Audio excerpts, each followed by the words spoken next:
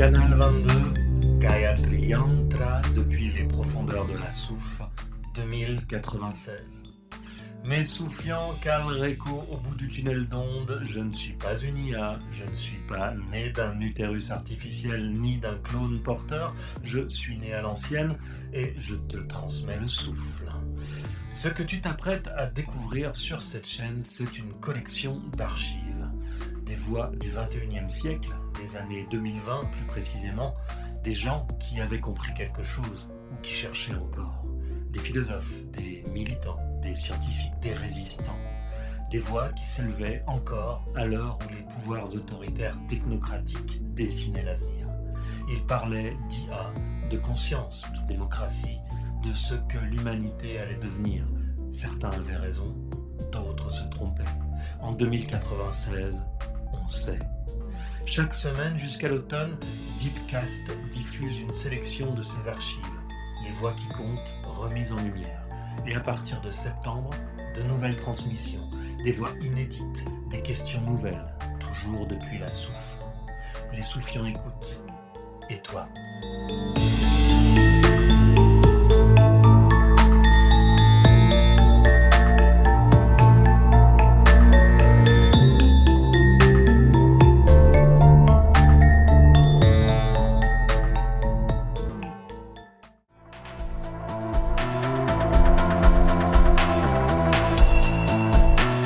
Charles Robin anime la chaîne de vulgarisation en philosophie Le Précepteur, bien connu sur YouTube.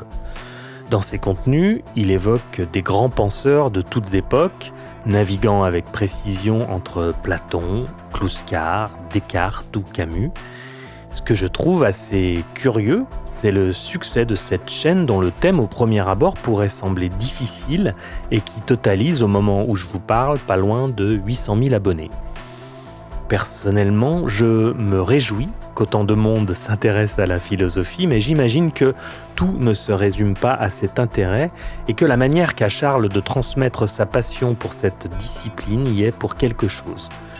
Je lui ai demandé de nous faire une petite présentation et de nous en dire plus sur son approche de la philosophie. Moi, je m'appelle Charles Robin. J'ai 37 ans, j'anime une chaîne de philosophie qui s'appelle Le Précepteur depuis 2018, qui au départ d'ailleurs était plus une chaîne de pédagogie que de philosophie à proprement parler. Et ce qui m'a amené vers la philosophie, c'était initialement une curiosité insatiable pour tous les grands questionnements. Moi, je m'intéressais surtout à la question du sens des choses. Pourquoi ? Le fameux pourquoi, en un mot, pas en deux mots. C'était pas la relation utilitaire aux idées qui m'intéressaient, c'était vraiment le sens et le plaisir de la compréhension du sens. Donc je me suis d'abord intéressé à la philosophie politique d'ailleurs, et morale, c'est-à-dire des choses un peu concrètes. Et puis, plus le temps passait, plus j'ai eu envie de me nourrir de questionnements métaphysiques. C'est-à-dire d'essayer de comprendre aussi un au-delà du physique, un au-delà du matériel, et me rendre compte que en philosophie, on peut parfois toucher à des sujets qui se rapprochent de ce qu'on appelle la spiritualité, et qui se rapprochent aussi de ce qu'on appelle l'ésotérisme. Mais ces mots-là ont une connotation, et une connotation assez négative dans le milieu académique. Parce que dès qu'on parle de spiritualité, on se dit « Ah oui, d'accord, il est perché. Ah oui, d'accord, il est dans l'irrationalité. » Et moi, j'ai découvert des philosophes qui parlaient de thématiques philosophiques de manière extrêmement rationnelle, argumentée, lucide, mais qui m'évoquaient beaucoup des questions de spiritualité. Et c'est comme ça que j'en suis venu à développer une approche spirituelle de la philosophie, c'est-à-dire une approche qui ne soit pas simplement dans la restitution de données, mais dans l'initiation à une pensée, dans l'initiation à une réflexion, que chacun va pouvoir ensuite dérouler selon sa propre expérience et sa propre sensibilité. Je déteste, pour ma part, le fait de prendre en otage l'esprit de celui qui m'écoute. C'est pour ça qu'il y a beaucoup de blanc, de silence dans mes interventions, parce que je veux laisser l'auditeur concrétiser mentalement par des images, par des souvenirs ou par des réflexions qui lui sont propres. Je veux le laisser concrétiser cette réflexion par lui-même et ne pas me poser en une sorte d'encyclopédie humaine. Je ne vois pas la philosophie comme ça. Je la vois pas comme une accumulation de connaissances, mais je la vois comme un art du questionnement et de la réflexion. Alors, on va rentrer directement dans le vif du sujet, n'est-ce pas ? Mon fil conducteur, ma marotte, mon axe de réflexion principal pour l'écriture de ma fiction, c'est donc l'équilibre qu'il serait bon de trouver, à mon sens, entre rationalisme et spiritualisme. Pour info, le spiritualisme est un courant philosophique qui affirme la supériorité ontologique de l'esprit sur la matière, à ne pas confondre avec la spiritualité, qui est souvent adossée à tort à la religion et qui est entendue, entre autres, comme une recherche d'une vie bonne et vertueuse. On attribue à Malraux cette citation « Le XXIe siècle sera spirituel ou ne sera pas ». Et je pense qu'il n'avait pas tort. Quand je me projette dans le futur, et de préférence dans un futur désirable, j'imagine plus de partage, plus de respect du bien commun, une organisation sociale qui permet plus d'égalité. Et cela passe aussi, selon moi, par la connaissance de soi, par le fait d'oser aborder les questionnements métaphysiques, la compréhension de l'être humain dans sa globalité et pas seulement dans sa dimension biologique, en tenant compte de l'émotionnel, de l'intuition, du sacré. Encore une fois, il n'est pas question de religion, juste de revenir à l'essentiel, de trouver l'équilibre entre le yin et le yang et oser à nouveau se poser cette question « Pourquoi ?» Comment aborde-t-on cet antagonisme, rationalisme, spiritualisme dans la philosophie ? Déjà sur le fait que, je dirais, notre civilisation se soit matérialisée du point de vue de la philosophie. Qu'est-ce que je veux dire par là ? Je veux dire que si on schématise les différentes étapes de l'histoire de la pensée, on avait dans l'Antiquité des philosophes qui étaient à la fois philosophes, scientifiques, moralistes, on pourrait presque dire politologues, dans la mesure où ils avaient une conception de la cité idéale. Donc c'est Platon, donc c'est Aristote. Ils s'intéressaient à tous les sujets. Ensuite, on a eu une ère en Europe médiévale, chrétienne, dans laquelle la philosophie était une sorte de servante de la religion. C'est-à-dire que le raisonnement était mis au service de la foi. Et là, on peut voir ça déjà comme une première séparation.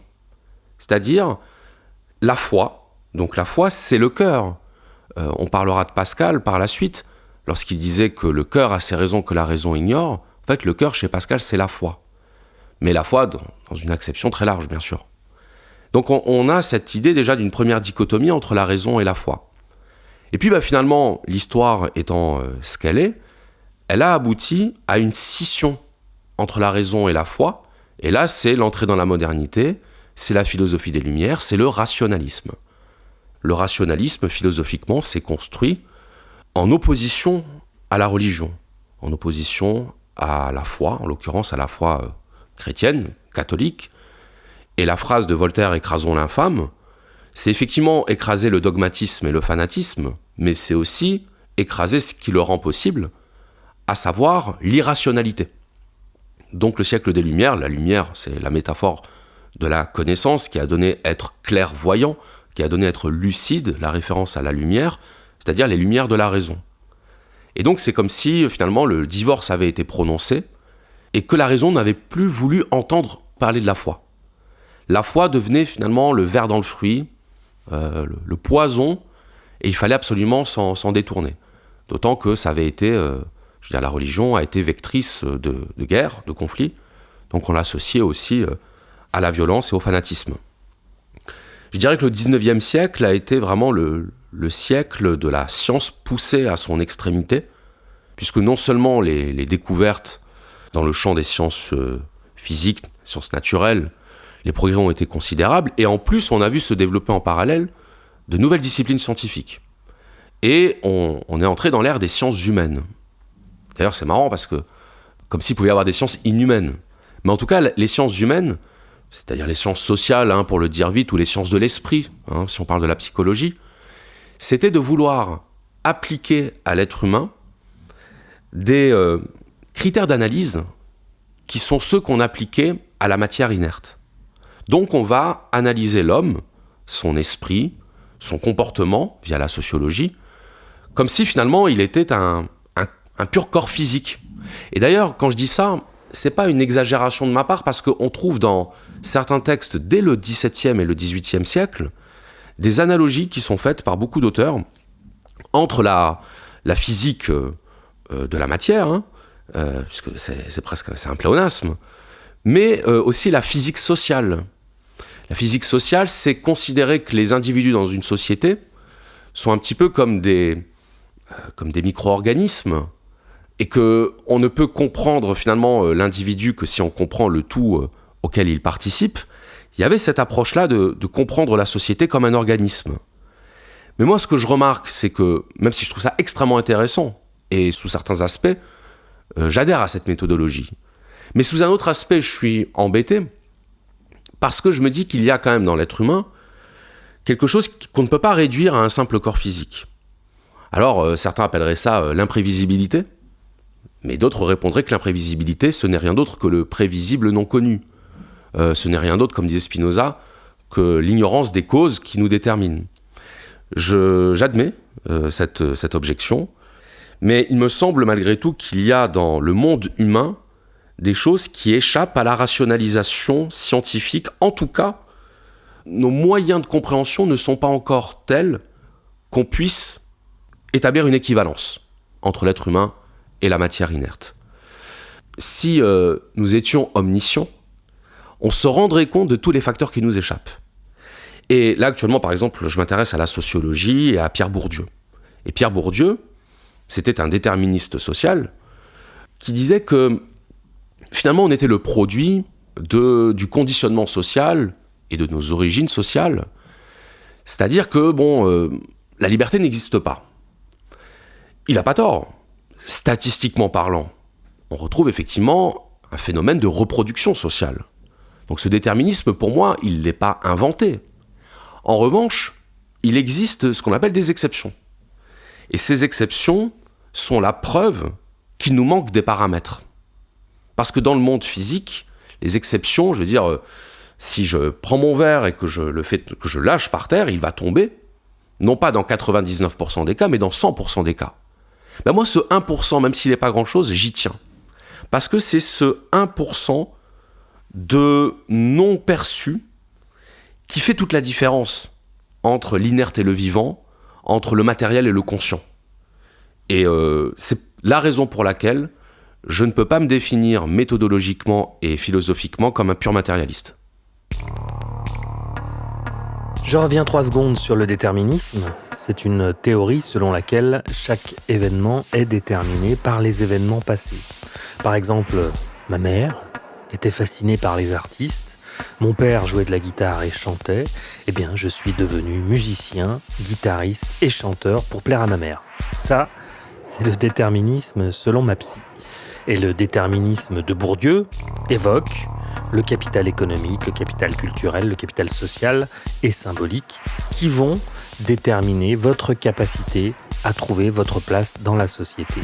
En gros, plus vous avez d'argent, plus vous avez de relations, plus vous avez accès à la culture, tout cela à des degrés divers, et bien plus vous pouvez vous en sortir dans la vie.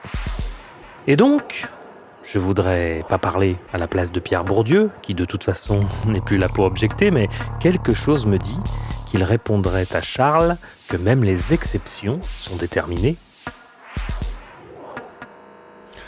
Je pense qu'il a raison. Simplement, je doute de la capacité humaine à lever le voile sur ce déterminisme-là. C'est-à-dire qu'il y a une complexité telle qui fait qu'on entre, pour moi, dans un autre ordre.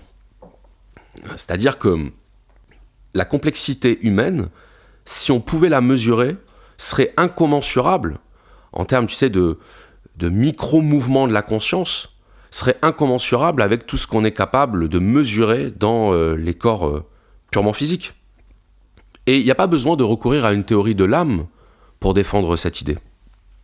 Si, par exemple, on part du principe que la pensée, c'est le pur produit de l'activité cérébrale, et neuronale, prenons cette hypothèse, ça ne veut pas dire pour autant qu'on est capable de mesurer chaque micro-mouvement de la conscience. Parce que c'est infiniment complexe. Et c'est amusant d'ailleurs que la physique quantique, qui soit la continuité de la physique classique, on arrive finalement à une conclusion similaire qui est de dire à un certain niveau d'infiniment petit, on ne comprend plus. Alors on comprend plus ou moins. Moi, en tant que spectateur de ça, je n'ai pas la prétention de comprendre, mais en revanche, je vois qu'il y a une incompréhension de ceux qui sont censés comprendre, des scientifiques, qui essayent de comprendre et qui, par moments, ont l'air de dire que notre référentiel causal, notre référentiel logique ne s'applique plus. Et je me dis, tiens, là, pour le coup, c'est moi qui établirai le parallèle en disant, tiens, vous avez voulu appliquer les outils de la physique à l'être humain, on voit que la physique, finalement, elle est plus sûre elle-même du comportement de la matière. Alors imaginez ce qui doit en être pour les êtres conscients. Effectivement, la physique quantique depuis un siècle est venue ébranler un poil les certitudes des scientifiques newtoniens. Dans l'étude de l'infiniment petit, on ne peut pas nommer le réel. Quand une particule est observée, elle se comporte en particule isolée. Quand elle ne l'est plus, elle se comporte en onde et peut se trouver partout à la fois. Comme si la lumière de l'observation venait altérer la véritable nature de ce qui est observé. La zététique me dirait que je simplifie à outrance pour théoriser ce qui m'arrange, mais je ne peux m'empêcher de voir dans l'expérience quantique une analogie avec la vision post-matérialiste. L'esprit qui analyse, mentalise notre expérience du monde et tente de déterminer une réalité en nommant les choses, en décrivant les objets, de par ce simple fait, fige la réalité qui est un devenir permanent et ne peut pas être atteinte. C'est pourquoi, pour se rapprocher de la vérité, le mental est limité et grossier. C'est ce que certaines philosophies et traditions anciennes, ce que les sorcières et les chamans ont compris depuis longtemps, on ne peut pas comprendre l'univers et le réel depuis la matière. Charles, lui, fait une autre analogie tout à fait intéressante. Je vais repartir sur ce que tu disais, qui me paraît très intéressant sur la question de l'observateur qui modifie la perception et la mesure du corps. C'est vrai que si on s'amuse à faire l'analogie avec l'être humain, quand on est observé, ou plus généralement quand on est au milieu d'autres individus, c'est-à-dire qu'on se sait vu, on se sait regardé, on n'est plus tout à fait soi-même. On devient une représentation de soi-même. Et je fais souvent cette distinction entre l'être et la représentation, entre l'être et le paraître finalement. Vivre en société, c'est vivre en représentation. Ça ne veut pas dire faire semblant, ça ne veut même pas dire se surveiller. Ça veut dire avoir intégré une mécanique dans laquelle, se sachant observer, on va adopter soi-même, inconsciemment le plus souvent, une sorte d'habitus, pour reprendre un terme de Bourdieu, qui va correspondre à l'image qu'on veut renvoyer de soi. Et quelque part, c'est nécessaire. Freud disait bien, et là-dessus je le rejoins, qu'il y a dans l'homme des tendances qu'on est obligé de réprimer pour pouvoir vivre en société. Et lui d'ailleurs en fait l'origine de la névrose, c'est-à-dire d'un malaise. Et je veux bien le croire. Et pour filer la métaphore avec la physique quantique, quand on se sait observer et juger, on veut se rendre identique à l'identité qu'on s'est construite de soi. On veut se rendre cohérent avec cette identité-là. C'est ce qui fait d'ailleurs qu'on va très souvent se positionner sur les choses de manière assez nette, assez franche, quand on discute avec les autres. Là où notre vraie nature, finalement, serait beaucoup plus incertaine. Quand on est tout seul, chez soi, ou dans un endroit désertique, on ne se pose plus la question de notre identité. On ne se pose plus la question de savoir si il faut se définir de telle ou telle façon, s'il faut argumenter telle ou telle opinion qu'on a. On ne se pose pas la question. On a le droit, dans ces moments-là, à ne pas savoir qui l'on est, à douter, à hésiter, à fluctuer. Et c'est seulement quand on est face à quelqu'un que là, on se sent le devoir de se solidifier intellectuellement, psychologiquement et mentalement pour être. C'est-à-dire qu'il est là le paradoxe. C'est finalement quand on cherche à être qu'on paraît. Et c'est quand on oublie l'être qu'on est. Et c'est pour ça, moi, je trouve ça vraiment fascinant, la nature de ce parallèle qu'on peut établir entre la physique quantique et puis le comportement de la conscience humaine. Tout à l'heure, j'ai évoqué le post-matérialisme dont le postulat est le suivant: la conscience produit la matière et non l'inverse. Voire même, la matière est de la pure conscience qui vibre à basse fréquence. Le physicien Max Planck, un des pères de la physique quantique, prix Nobel de physique en 1918, déclarait « Je considère la conscience comme fondamentale. La matière n'est qu'un dérivé de la conscience. On ne peut pas aller au-delà de la conscience. Tout ce dont on parle, tout ce qu'on considère comme existant, postule une conscience. Il n'y a pas de matière en soi. » Pour le post-matérialisme, donc, la conscience n'est pas produite par le cerveau qui joue seulement le rôle de récepteur, de filtre. Il pourrait donc exister une noosphère, qu'on appelle aussi annales akashiques, un espèce de cloud qui serait une mémoire cosmique qui enregistrerait les événements du monde et chaque pensée, chaque micro-mouvement de chaque conscience individuelle, et nous irions puiser dans cette noosphère nos idées et nos pensées qui finalement ne seraient pas vraiment les nôtres. Déjà, ça pose effectivement cette question-là de la réaction. Le corps, parfois, enfin la plupart du temps, il produit par réaction.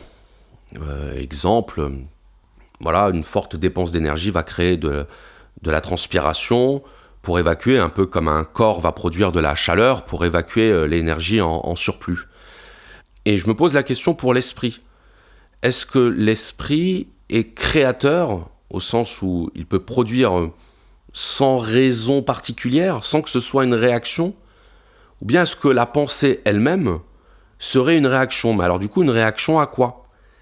De la même façon que la matière produit une réaction de la matière, je pense que c'est la pensée qui produit une réaction à la pensée. Et je ne trouve pas absurde, et même j'ai plutôt tendance à avoir cette vision-là très platonicienne, d'un monde des idées, mais qui serait dans notre monde à nous. C'est-à-dire que les idées ne seraient pas dans un monde séparé, elles seraient là, ambiantes, partout, autour de nous, de l'information. Et l'information, j'aime bien l'étymologie, informer, c'est donner une forme. Et donc, les idées donnent une forme à notre pensée. Alors après, pour Platon, il y avait l'idée au-delà des idées, l'essence au-delà des essences, qui serait l'origine de toutes les idées. Et pour lui, c'était le bien. Alors moi, en tant que personne qui s'intéresse à la philosophie, j'essaie de comprendre ça. J'essaie de me dire, mais est-ce qu'il est en train de nous faire une espèce de préquel de Dieu est amour? Ou bien il y a quelque chose d'autre à comprendre qui est que l'information et la pensée sont le lien universel entre les hommes. Dans le sens où une émotion nous est personnelle, une sensation nous est personnelle, mais une idée est universelle parce que je peux la partager, parce que je peux la communiquer et parce que je peux me mettre d'accord avec les autres sur une idée qui ne m'appartient pas à moi, qui n'appartient pas à l'autre, et qui va nous permettre de nous retrouver. C'est Simone Veil, la philosophe, qui disait que les partis politiques maintenaient les êtres humains dans la passion, donc dans la division. Et j'aime bien ce « donc », parce qu'effectivement, la passion, elle nous est propre. Le bien commun, au contraire, ce serait l'exercice et le règne de la raison. Parce que la raison, c'est ce qui dépasse les clivages, c'est ce qui dépasse les appartenances, c'est ce qui dépasse les intérêts privés. Et selon la manière dont on va utiliser la raison, on va pouvoir arriver à des conséquences parfois opposées. Mais si on la dirige vers le bien, et c'est là que j'en reviens à Platon, eh bien on va en arriver à des choses qui sont positives pour l'humanité. Donc la notion de bien commun me paraît directement liée à cette idée de raison, non pas au sens de raison instrumentale, mais au sens de raison universelle, tel que le disait Hegel, c'est-à-dire ce monde de la pensée, qui nous transcende, littéralement.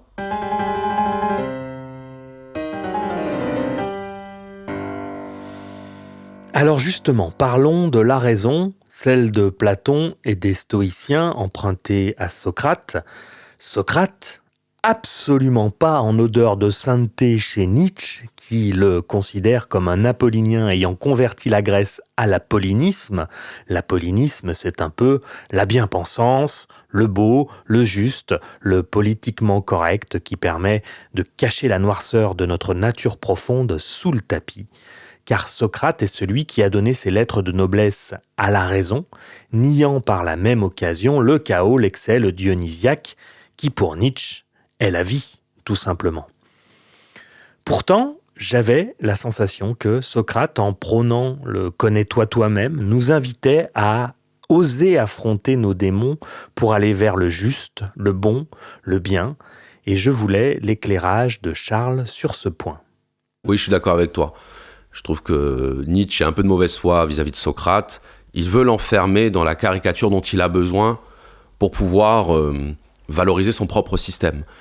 Maintenant, ça a du sens quand Nietzsche fait ça. C'est-à-dire que Nietzsche évalue, on va dire, une philosophie, une vision du monde ou un comportement, non pas à partir des critères binaires, du vrai et du faux, du bien et du mal.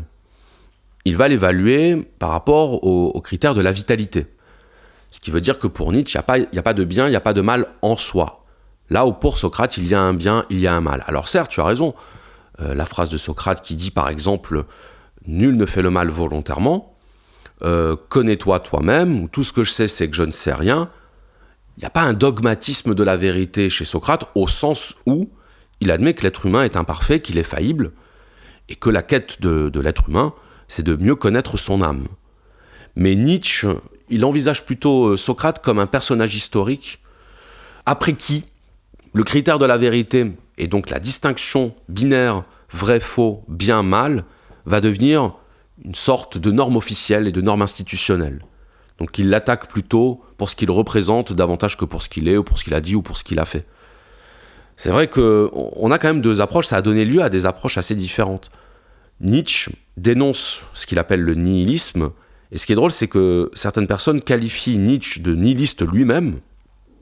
Tout vient en fait de la manière dont on interprète le mot, mais nihil, c'est le rien, et donc pour certains, Nietzsche ne croit en rien, puisque pour lui, il n'y a pas de bien, il n'y a pas de mal, il n'y a pas de vrai, il n'y a pas de faux, il n'y a que de la vitalité. Donc effectivement, sous cet angle-là, Nietzsche est nihiliste. Mais pour Nietzsche, c'est le fait de penser le monde, de voir le monde en termes de catégories binaires, en termes de hiérarchie, bien, mal, vrai, faux, c'est ça pour lui qui est du nihilisme, parce que c'est ne pas se rendre compte que la valeur fondamentale de l'existence, c'est la volonté de puissance. Autrement dit, quelque chose qui transcende le vrai, le faux, le bien, le mal, etc. Voilà. Mais il y a des tas de métaphores dans la vie courante qui permettent de comprendre ce qu'a voulu dire Nietzsche. Tu sais, par exemple, des fois, tu as des personnes qui sont spécialisées dans l'art de contredire parce que le mot n'était pas exactement le bon. Donc, ces personnes-là vont faire comme si la phrase n'avait pas de sens en disant « Oui, mais là, ce que tu as dit, c'est pas exact. » Et c'est la différence entre la vérité et l'exactitude. C'est pas parce que c'est pas exact que c'est pas vrai. Parfois, la recherche de l'exactitude absolue nous pousse à nous éloigner de la vérité. Parce qu'on va plus chercher à comprendre le sens global, mais juste le sens isolé de chaque mot employé. Ben finalement, Nietzsche, c'est un peu la même chose qu'il reproche à Socrate, c'est de ne pas avoir compris que la vérité, au sens où lui l'entend d'ailleurs, c'est pas une affaire de réflexion philosophique, c'est pas une affaire de langage, c'est une affaire beaucoup plus profonde qui a à voir avec cet élan vital, donc cette volonté de puissance dont il parle, et qu'il faut l'accepter, qu'il ne faut pas chercher à la canaliser, à la contrôler. Et donc, pour reboucler sur ce que tu disais, Socrate a converti l'Europe à l'apollinisme, c'est ça qu'il lui reproche, c'est-à-dire de l'avoir converti à la forme du discours, plutôt que quelque chose sans quoi le discours n'existerait pas, qui est la vie elle-même. Rien n'est grave. Tout est important. Devant l'insaisissable, l'abyssale incompréhension du pourquoi de l'existence, tout n'est que bavardage. Dieu, l'infini, joue avec nous aux cow-boys et aux Indiens, et nous nous prenons tous pour les gentils de l'histoire, mais à la fin, on meurt. Le sage peut comprendre le monde en scrutant le vol des oiseaux ou le marc de café, La vérité est en nous, partout. Il suffit de trouver le miroir qui nous sied. Et finalement, Socrate, Nietzsche, Spinoza, Montaigne disent peut-être tous la même chose, mais différemment. Et j'irai même encore plus loin, je pense que certains philosophes étaient conscients du fait que leur opposition à d'autres n'était qu'artificielle et qu'elle servait plus leur désir de reconnaissance et de distinction plutôt que la vérité avec un grand V. Je pense qu'il y a beaucoup de philosophes qui étaient conscients de ça, que les différentes pensées qui ont pu jalonner notre histoire s'articulent davantage qu'elles ne s'opposent. Et d'ailleurs, tu as dit quelque chose sur quoi j'avais envie de rebondir là juste à l'instant, c'est que si on suit Nietzsche à la lettre, en fait on arrête de parler. On arrête de parler, on arrête d'écrire. Qu'est-ce qu'on ferait à la place ? Peut-être qu'on danserait, parce que la danse, c'est l'expression corporelle de la vie. Et c'est presque quelque chose qui dépasse la raison et la volonté, la danse. On disait tout à l'heure, quand on n'est pas observé, des fois, on va se mettre à bouger, à gesticuler dans tous les sens. Pourquoi ? Juste pour prolonger, pour étendre au-delà de nous-mêmes, corporellement, cette vitalité qui nous anime. Et c'est pas un hasard, à mon avis, si l'écriture de Nietzsche a quelque chose à voir avec la musique. C'est-à-dire que quand on lit Nietzsche, on pourrait presque le lire sans le comprendre. Ça marcherait quand même. Certains le comparent à un poète plus qu'à un philosophe. Et pour moi, son mode d'expression est aussi révélateur de sa pensée. Peut-être que Nietzsche n'a écrit que comme un prétexte philosophique à la composition d'une symphonie. D'où peut-être aussi son admiration pour Wagner. Il y a vraiment quelque chose de l'ordre aussi de l'expression sensorielle de la vie. Nos mots ne sont que des sons, ne sont que de la musique verbale, qui n'ont pas d'autre sens ni d'autre fonction que d'être le témoin et l'expression de la vitalité qui nous anime. Mais c'est vrai que c'est une critique qui a souvent été faite à Nietzsche, de dire oui, mais alors à ce moment-là, si la pensée, si le concept n'ont pas de valeur par rapport à la vitalité, pourquoi avoir écrit ? Est-ce que le vrai surhomme que prônait Nietzsche n'est pas au-dessus de tout ça, au-dessus du désir de convertir ou de convaincre ses contemporains à sa pensée ? Effectivement, si. Sauf si l'écriture n'est qu'un prétexte ou un amusement, âme usée. Voilà, il faut bien user son âme à quelque chose. J'ai fait une psychanalyse. Une vraie. 2-3 séances par semaine pendant presque 10 ans. J'ai payé sa piscine à ma psy. Je voulais comprendre pourquoi j'avais du mal à m'exprimer dans bon nombre de situations relationnelles. Et pendant cette psychanalyse, j'ai fait une dépression. Alors attention, c'est pas la psychanalyse qui m'a mis en dépression, c'est ce qu'elle m'a révélé. Je peux être très critique avec la psychanalyse, mais je sais aussi ce qu'elle peut apporter. Néanmoins, à l'époque, j'ai voulu arrêter ce travail au bout de 10 ans. Ma psy n'était pas vraiment d'accord, mais j'ai stoppé. Et j'étais toujours sujet à des angoisses. C'était une période assez difficile. Et puis, je suis tombé sur un bouquin. Le pouvoir du moment présent. The Power of Now. d'Eckhart Tolle. Et ce livre a changé ma vie. Vraiment, je n'exagère rien, ce livre a changé ma vie. Un message simple, tellement évident, répété à longueur de page, qui pourrait se résumer à « Ne crois pas tout ce que tu penses, ne te projette pas, ne vis pas dans tes souvenirs, sois présent ». Après la lecture de ce livre, rien n'a vraiment changé. Je suis resté le même, mais j'ai juste pris de la distance par rapport à mes pensées compulsives et à mes angoisses. Et c'est énorme. Il y a eu un déclic. Et depuis, je n'ai plus eu d'angoisse. Alors bien sûr, j'ai d'autres choses à régler, mais dès que je peux, j'offre ce bouquin à qui le veut bien. Et j'avais vu dans les vidéos de Charles, l'une d'entre elles évoquait Eckhart Tolle. Et j'avais très envie d'échanger avec lui sur le sujet parce que je considère que cet appel à vivre l'instant présent est un message juste et puissant. Alors sur Eckhart Tolle, et même en complément, sur Bergson et le fait que le langage fige les choses. un peu la même chose que toi, quand j'ai lu le livre d'Eckhart Tolle, qu'on me l'avait conseillé, moi ça m'a parlé aussi. Parce que c'était exprimé dans un langage simple, sans être simpliste. C'était répétitif, mais pour moi, le côté répétitif participait aussi de ce besoin d'entendre les choses un certain nombre de fois pour vraiment commencer à les admettre. C'est-à-dire que ce que dit Eckhart Tolle, c'est d'une évidente simplicité et d'une simple évidence.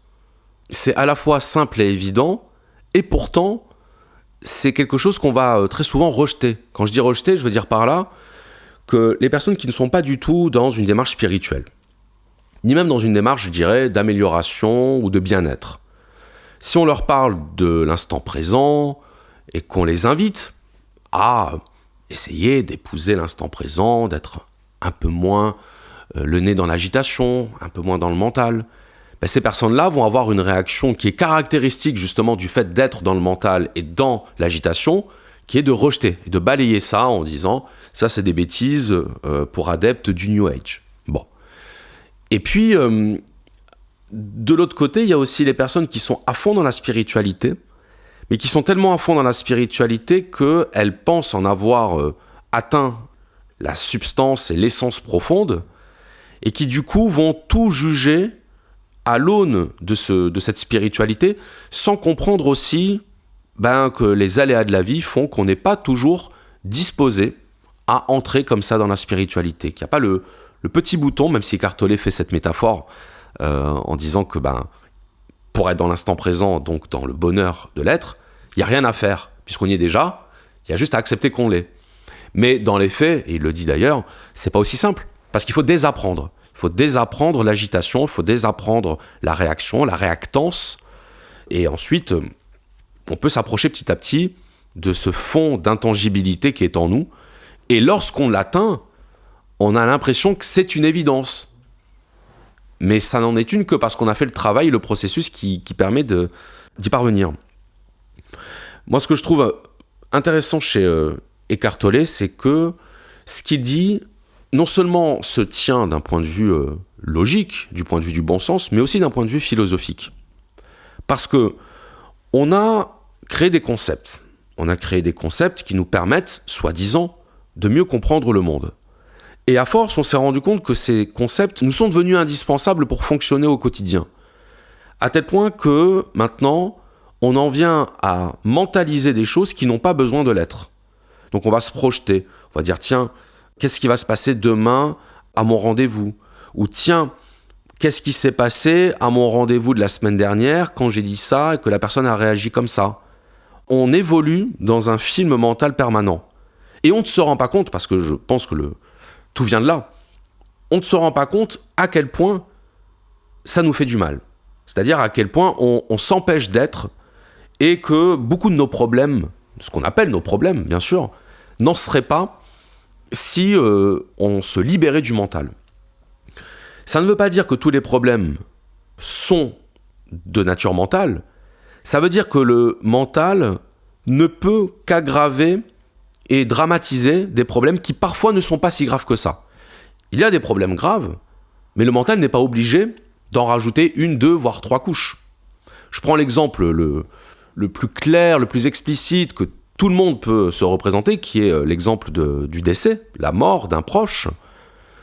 Il y a des cultures qui considèrent que la mort n'est pas dramatique, parce qu'ils ont une conception spirituelle qui fait que selon eux, l'âme va être libérée de cette enveloppe charnelle.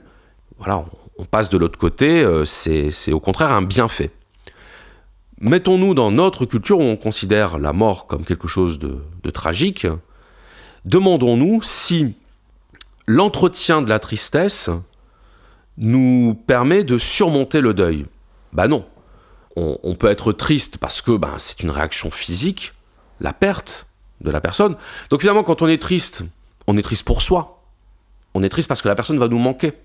On est triste parce qu'on aurait aimé, nous, pouvoir passer un peu plus de temps avec elle, ou parce qu'on va regretter, toujours nous, ce qu'on ne lui a pas dit, ce qu'on aurait pu lui dire, le temps qu'on n'a pas passé avec elle. Donc en réalité, notre tristesse, elle a des racines égoïstes, puisque la personne n'est plus là pour souffrir. Comme disait Épicure, la mort, on ne la rencontre jamais, puisque soit on est vivant donc la mort n'est pas là, soit on est mort, donc on n'est plus là pour y assister. Donc la mort est le problème des vivants. Eh bien, même si Eckhart Tolle ne le dit pas comme ça, mais si on pousse son raisonnement et qu'on nous répond « oui, mais quand même, la mort, vous ne pouvez pas dire que la mort n'est pas un problème », ben si, on peut le dire. On peut le dire dès lors qu'on sort d'une habitude et d'un conditionnement culturel et mental qui nous fait mettre une couche de drame et de tragique sur tout ce qui est négatif et sur tout ce qui va nous affecter personnellement. Alors attention, je ne dis pas qu'il faut se réjouir de la mort des autres, bien entendu, surtout quand, je ne sais pas moi, des parents perdent leur enfant, des choses comme ça qui sont extrêmement tragiques. Mais je parle plutôt des morts plus naturelles. Quand une personne atteint l'âge de 90 ans, on peut s'y attendre au fait qu'elle meure. Est-ce que ça veut dire que le fait de ne pas être triste fait de nous des êtres insensibles ? Pas forcément. C'est pas facile de parler de ces sujets-là parce que ça nous ramène tous à des expériences personnelles, à des vécus et à des ressentis. Mais pour revenir à Eckhart Tolle, il y a des situations où la tristesse n'apporte rien, des situations où la tristesse nous maintient dans un malheur, dans une souffrance qui fait qu'à la fin, on en est responsable. Il y a suffisamment de problèmes à régler pour ne pas en rajouter, pour ne pas en créer. Prendre chaque problème les uns après les autres, c'est un des messages du pouvoir du moment présent. Vivre l'instant, c'est ne pas avoir peur inutilement. Vous avez peut-être vécu cette expérience de l'angoisse, cette peur de vivre une situation qui n'a pas encore eu lieu. Parfois, la situation ne se produit même pas, et si elle se produit, elle n'est jamais vraiment vécue comme on l'avait imaginé. La peur n'a servi à rien. La peur, initialement, c'est un signal physiologique pour nous avertir d'un danger. Et donc, la peur est censée mener instantanément à une réaction. Donc, c'est par exemple l'homme préhistorique qui entend un animal prêt à lui foncer dessus. La peur va activer l'adrénaline qui va lui permettre de courir le plus vite possible.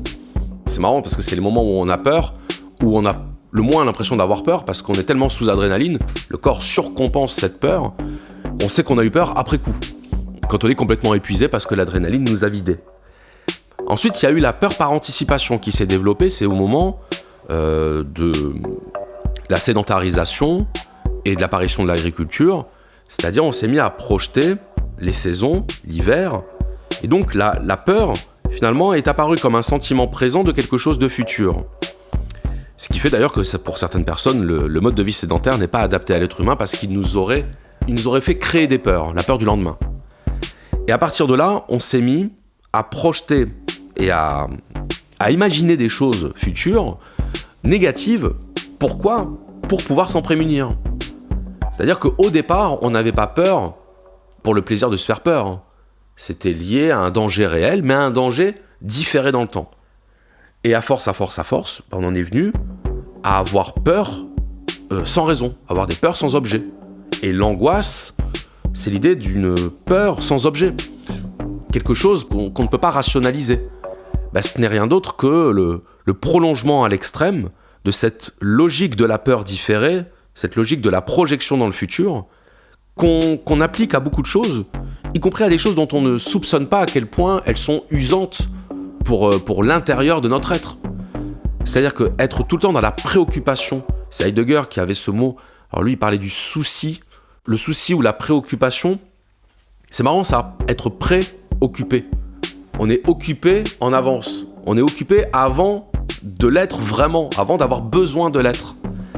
Je trouve ça marrant, parce que, enfin marrant, c'est peut-être pas le mot, mais je trouve ça ironique de se dire à quel point les problèmes qui sont les nôtres sont de l'ordre de la projection et qu'on ne les envisage pas simplement comme des situations. Dans ma vie de tous les jours, j'aime bien dire, il n'y a pas de problème, il n'y a que des situations. Situations plus ou moins faciles à résoudre. Mais un problème, c'est déjà presque la volonté par le verbal de créer une situation de problème. Et on a aussi parfois besoin de se maintenir dans des problèmes comme si ça nous aidait à nous donner une raison d'exister ou à nous définir auprès des autres. on peut des fois aussi trouver une sorte de confort dans le fait d'exposer ses problèmes à l'autre. Comme si ça nous donnait une consistance, une identité existentielle presque. Comme si on était quelqu'un qui combat perpétuellement contre les problèmes, les fameux problèmes. Ça existe. Ce qui fait d'ailleurs que, sociologiquement, on observe que les personnes qui traversent les drames les plus difficiles et les plus insurmontables sont souvent aussi celles qui les évoquent le moins. Justement parce que la vie est trop courte pour parler que de ce qui ne va pas.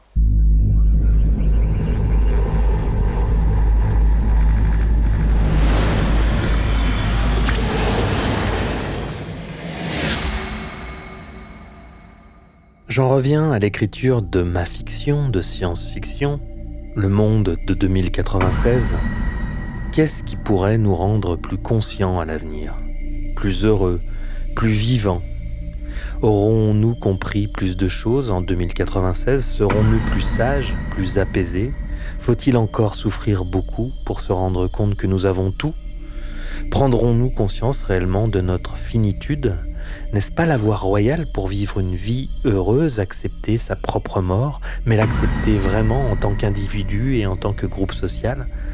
Ça demande une introspection, ça demande du changement, car la mort dans nos sociétés est dissimulée.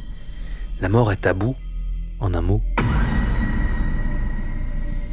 Elle est littéralement obscène, c'est-à-dire sortie de la scène, sortie de la représentation. C'est pour ça que dans le théâtre classique, il ne fallait pas représenter la mort. On ne représentait pas tout ce à quoi la société ne devait pas être confrontée les yeux dans les yeux. Donc il y a un tabou de la mort. Un cadavre, par exemple, doit être recouvert, alors que si on s'en tient à la vraie logique matérialiste jusqu'au bout, on devrait dire ce n'est qu'un amas de matière. Et après tout, s'il n'y a pas de sacré, c'est-à-dire s'il n'y a rien au-delà de la matière, eh bien on devrait pouvoir considérer un cadavre finalement comme un simple amas de matière. Or, c'est pas le cas. Alors, peut-être que c'est une pure construction sociale, peut-être que ça représente aussi quelque chose qui est dans l'être même de l'homme, qui est le rejet de ce à quoi il aspire, aspirer au sens existentiel, on va vers la mort, justement pour revenir sur Heidegger, l'être humain est un être pour la mort, non pas au sens où il vit dans le but de mourir, mais le but existentiel de la vie, c'est de s'éteindre pour laisser la place aux futures générations. Cette idée toujours du cycle. Mais il y a quand même une peur de la mort qui parfois confine au déni. Et je trouve que c'est là où c'est intéressant. C'est-à-dire qu'on peut rejeter quelque chose sans la nier, et notre culture a plutôt tendance, à mon sens, à vouloir la nier. C'est assez frappant, je trouve, même dans la manière dont elle est médiatisée. Quand il y a des catastrophes naturelles qui font des milliers de morts, on va justement parler en termes de nombre de morts, comme si plus le nombre était important, plus ça relativisait la gravité de chacune de ces morts individuelles. Donc c'est un rapport, je trouve, complexe, conflictuel, pas à l'aise avec la mort.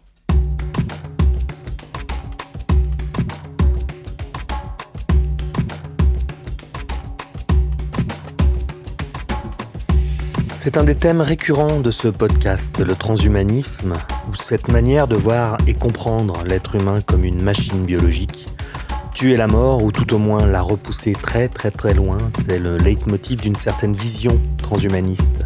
Se dire qu'on va pouvoir éviter l'inévitable, décliner l'invitation à passer dans l'autre monde, celle de Janus, dieu romain de la transition, des fins et des commencements.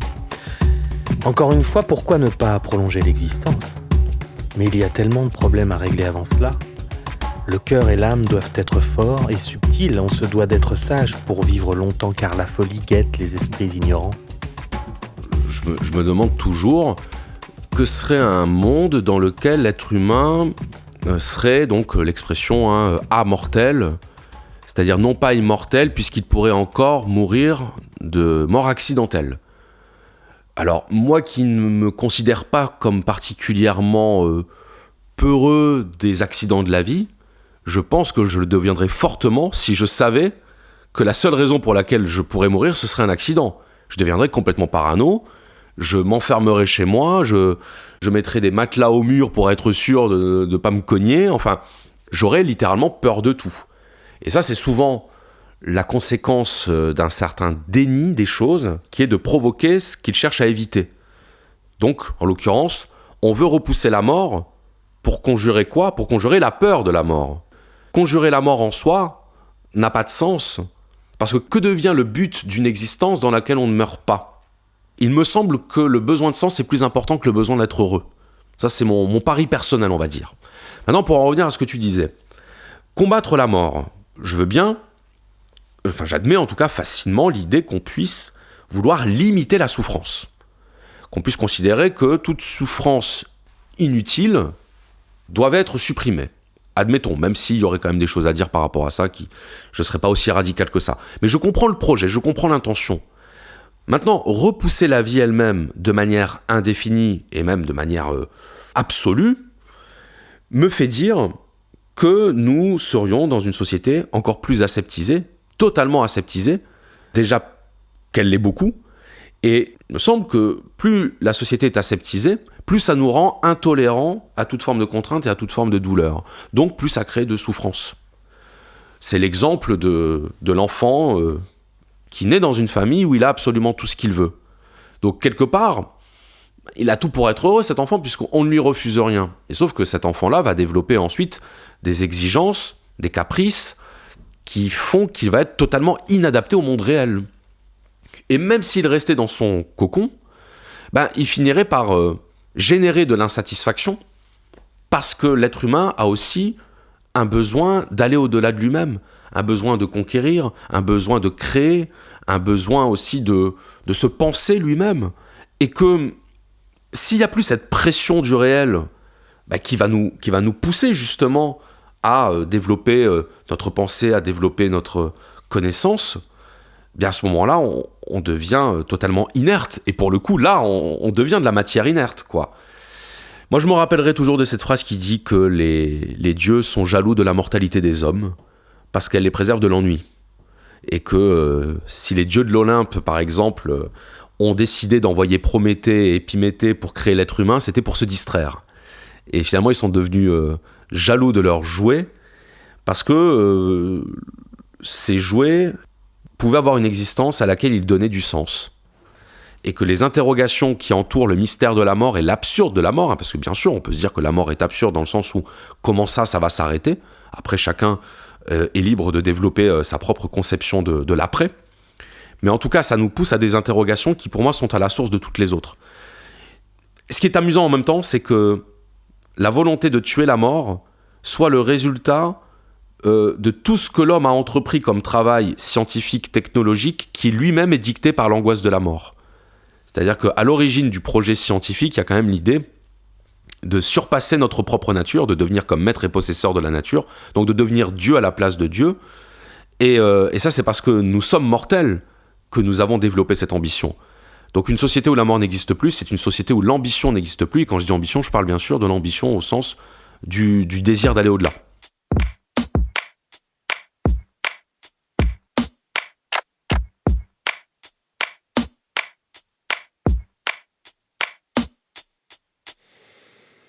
Que certains ultra-riches libertariens, que certains chercheurs, que les GAFAM développent à toute allure des technologies qui visent à améliorer l'être humain, j'ai envie de dire qu'ils sont dans leur rôle.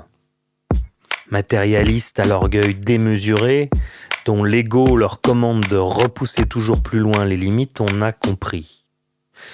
Mais le rôle des États serait de mettre un frein à cette démesure, de poser un cadre. Le problème reste que le néolibéralisme fusionne l'État avec les intérêts privés et qu'on subit la loi du plus fort. Le dormeur doit se réveiller.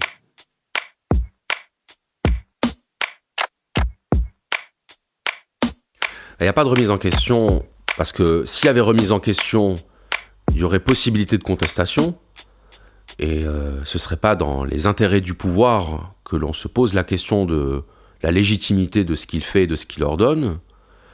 Et puis, parce que oui, je prolonge quand même pour que ce soit clair, parce que je pense qu'il y a à travers ça un projet de rendre l'être humain fondamentalement dépendant. Un être humain qui se rend dépendant à des objets technologiques est un être humain qui perd de sa vigueur, de son autonomie dans tous les autres domaines. Là-dessus, je suis très rousseauiste, à savoir que l'augmentation des connaissances dans l'histoire s'est accompagnée d'une perte d'indépendance. Donc ce qu'on a gagné d'un côté, on l'a perdu de l'autre. Même si évidemment, le projet technologique en soi n'est pas diabolique, y a l'idée d'augmenter la liberté, de concentrer de l'information dans des objets externes pour pouvoir s'en décharger. C'est le rôle de l'écriture au départ. L'écriture servait à stocker de l'information pour pouvoir s'en libérer l'esprit. Mais qu'est-ce qui se passe quand on perd le livre ? Ou qu'est-ce qui se passe quand on doit répondre à une question dont la réponse est dans le livre ? Là, on se rend dépendant. Et puis parfois, je reprends sur les objets technologiques, ils vont nous aider à faire des choses qu'on n'avait pas prévu de faire, qu'on n'avait pas l'intention de faire, qui ne sont pas utiles dans le contexte dans lequel on se trouve à ce moment-là. Mais la normalisation sociale des choses nous amène à créer des besoins, à se rendre dépendant de choses dont on n'avait ni besoin ni même envie par le passé. Le meilleur exemple de nos jours, si on est écouté dans 1000 ans, peut-être que ça paraîtra bizarre, mais de nos jours, le téléphone portable, c'est l'objet symbole de la dépendance, qui fait que, y a encore 30 ans, c'était même pas un désir. On n'avait pas de téléphone portable, certaines personnes n'avaient même pas le téléphone tout court et on s'en portait pas plus mal. Et aujourd'hui, en revanche, savoir que notre téléphone va être pris ou qu'on va l'oublier, ça va nous mettre dans un état de manque, vraiment toxicomaniaque. Alors, l'assistance technologique est devenue dépendance technologique, elle est devenue créatrice de besoins qui n'en étaient pas, donc ce ne sont plus des besoins physiques mais des besoins psychologiques. Et moi j'imagine, si on tire la courbe de la tendance actuelle, j'imagine un monde de plus en plus technologisé, dans lequel on serait donc de plus en plus dépendant à cette technologie, et donc on tendrait à devenir de purs réceptacles de sensations et de pures bornes d'échange d'informations. Donc il y a cette réduction utilitaire de l'existence, et oui, je pense que c'est en partie voulu par le pouvoir, même inconsciemment, parce que ça permet évidemment de faire peser aussi une emprise, de s'habituer à être dans le besoin, dans la dépendance. Et là, on est dans cette société qui se veut de plus en plus maternisante envers nous, mais en même temps de plus en plus interdictrice et qui nous surveille. Dans le film Minority Report, on arrête les criminels avant qu'ils aient commis leurs crimes. Aujourd'hui, c'est pas loin d'être ça, c'est-à-dire qu'on se dit que si la technologie permettait de le faire et qu'on organisait un référendum, probablement que 70% des gens seraient pour, parce qu'on leur vendrait bien sûr au nom de la sécurité. Et que quand on vend les choses au nom de la sécurité, ça passe toujours, même si c'est du contrôle social, même si c'est de la surveillance, même si c'est une réduction des avantages matériels, la sécurité est devenue la principale préoccupation. Ce n'est plus la liberté en réalité. La liberté passe presque pour quelque chose de ringard. Et on l'a vu justement avec la crise Covid, entre, si on caricature, les partisans de la sécurité sanitaire et les partisans de la liberté. Être partisan de la liberté, c'était être un danger public ou quelqu'un qui n'avait aucune considération pour la vie humaine. C'est pour ça que les concepts sont toujours ancrés contextuellement. Et qu'on pourrait croire que vanter la liberté, ce sera toujours bien perçu dans une société. Eh ben non. Il y a des cas où vanter la liberté, c'est c'est prendre le risque en tout cas d'être désigné comme quelqu'un d'irresponsable ou d'inconscient.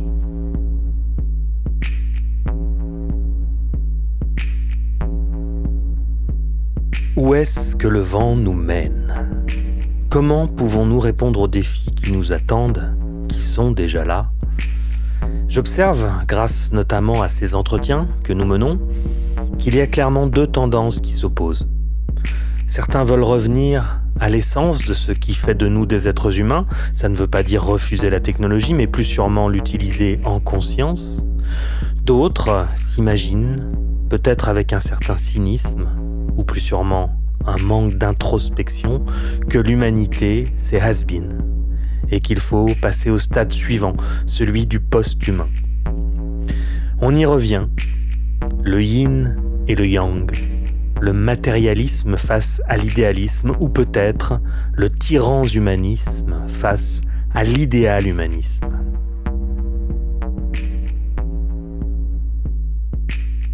Je vois autour de moi des jeunes qui sont en total pas rejet, parce que c'est pas le ressentiment qui les anime, mais qui ne se sentent pas en phase avec la société dans laquelle ils vivent. Je pense que cette génération-là va peser dans le futur, et qu'elle sera une sorte de... elle est amenée à devenir une sorte de passerelle entre l'ancien monde dont nous sommes encore les représentants et ce monde qui advient, même s'il est toujours en devenir, hein, je veux dire, il n'y a pas de... Mais s'il y a une rupture, je pense qu'il y aura une rupture à un moment donné, soit au niveau économique, bancaire, ou même militaire ou sanitaire, mais en tout cas qu'il y aura un événement bien plus important que ce qu'on a déjà vécu, qui va sanctionner, qui va consolider cette scission-là. Et je crois beaucoup dans l'éducation et dans la capacité à créer des pôles d'autonomie. C'est-à-dire, on va plus manifester, on va plus créer de partis politiques, on va même plus aller dans les associations politiques, on va s'organiser, alors au début peut-être dans une démarche un peu communautaire, presque un peu repliée sur soi, mais à force quelque chose de plus ouvert, d'un peu plus fédéral, où les personnes créeraient du lien par rapport à ça, mais avec vraiment de l'autonomie ancrée localement. Je pense que ça ne peut pas ne pas se produire.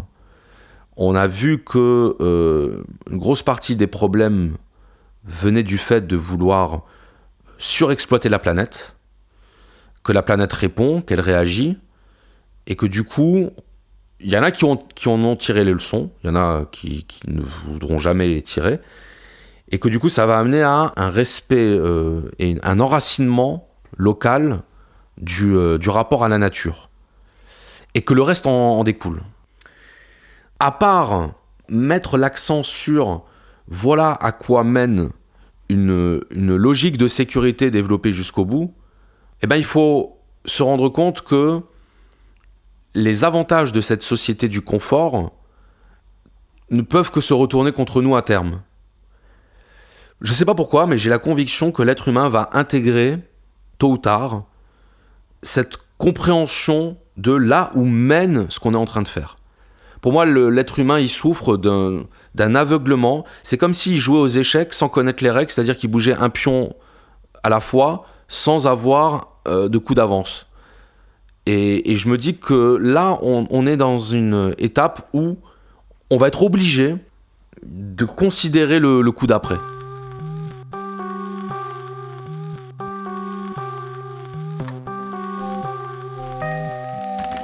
Allez, c'est le moment de traverser le trou de verre en prenant un train d'ondes quantique pour nous rendre en 2096. Comme à notre habitude, j'ai demandé à Charles de se projeter dans le futur et de nous proposer son utopie. Non, c'est chiant les utopies. Plutôt une dystopie, s'il vous plaît, monsieur le précepteur. Alors je dirais que sur le plan technologique, la progression technologique a continué, que donc on est de plus en plus assisté technologiquement par des appareils, je pense même par des appareils dont certains seraient peut-être greffés sur nous ou sous la peau, pour le côté pratique, hein.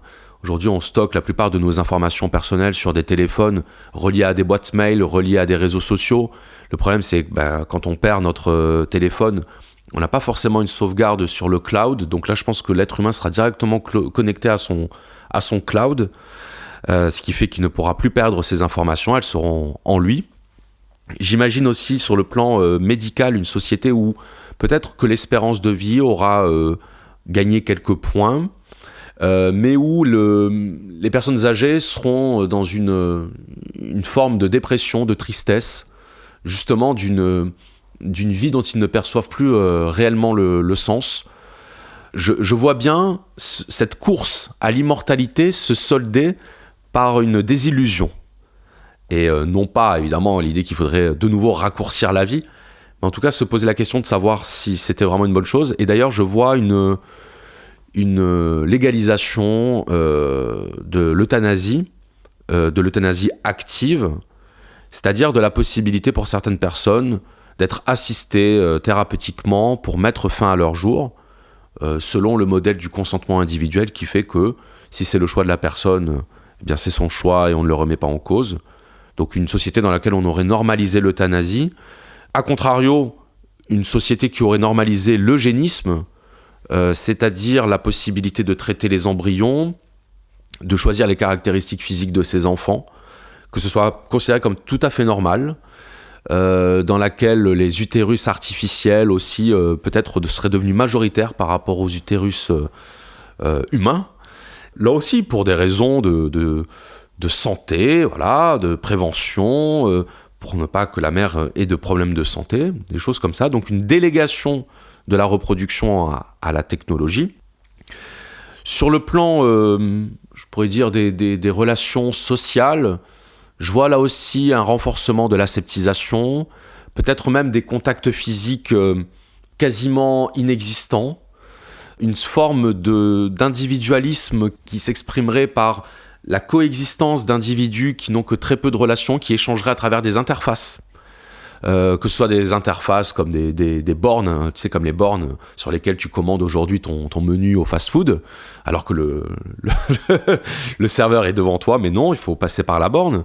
Et bien là, je pense que c'est pareil, on entrerait en contact avec quelqu'un via une application, plutôt qu'en lui adressant la parole, pour ne pas peut-être pas prendre le risque de lui envoyer des microbes ou de lui imposer une présence physique non sollicitée ou non désirée. Donc j'imagine assez bien ça. La drague n'existerait plus. Il y aurait une contractualisation des rapports de séduction. Il faudrait que les personnes se soient matchées l'une l'autre pour avoir le droit d'entrer en contact, sinon il y aurait une infraction. Donc je vois à peu près les choses comme ça. Alors, ça peut paraître très déprimant, hein, mais à mon avis, les personnes qui seront dans ce mouvement-là, dans ce mouvement générationnel, trouveront ça tout à fait normal et nous considérerons vraiment comme des hommes des cavernes, d'avoir vécu comme on a vécu. Donc voilà, je pense qu'il y aura une augmentation de la sensibilité à toutes les formes de micro-agressions, ce qu'on appelle des micro-agressions, et donc objectivement une perte, un peu comme on perd ses défenses immunitaires à force d'être dans un environnement trop sain, une perte de nos capacités de résistance. Je pense qu'il y aura des groupes qui vont vraiment s'opposer à cette évolution-là, mais ces groupes-là seront un peu dénigrés. Ces groupes qui auront refusé finalement le progrès technologique qu'on nous vend seront un peu dénigrés, un peu marginaux, considérés comme marginaux, mais secrètement admirés par certains de ceux qui se conforment. Et sur le plan politique, je dirais un régime de plus en plus totalitaire qui se ferait passer comme étant le régime le plus démocratique qui n'ait jamais existé. Au prix d'une déformation évidemment du concept de démocratie, ce ne serait plus le pouvoir du peuple, mais ce serait le pouvoir dans l'intérêt supposé du peuple, c'est-à-dire de convertir le peuple à sa propre soumission en lui faisant comprendre que son intérêt c'est la sécurité, que pour veiller sur sa sécurité, il faut donner les pleins pouvoirs à l'autorité qui est chargée de s'occuper d'eux.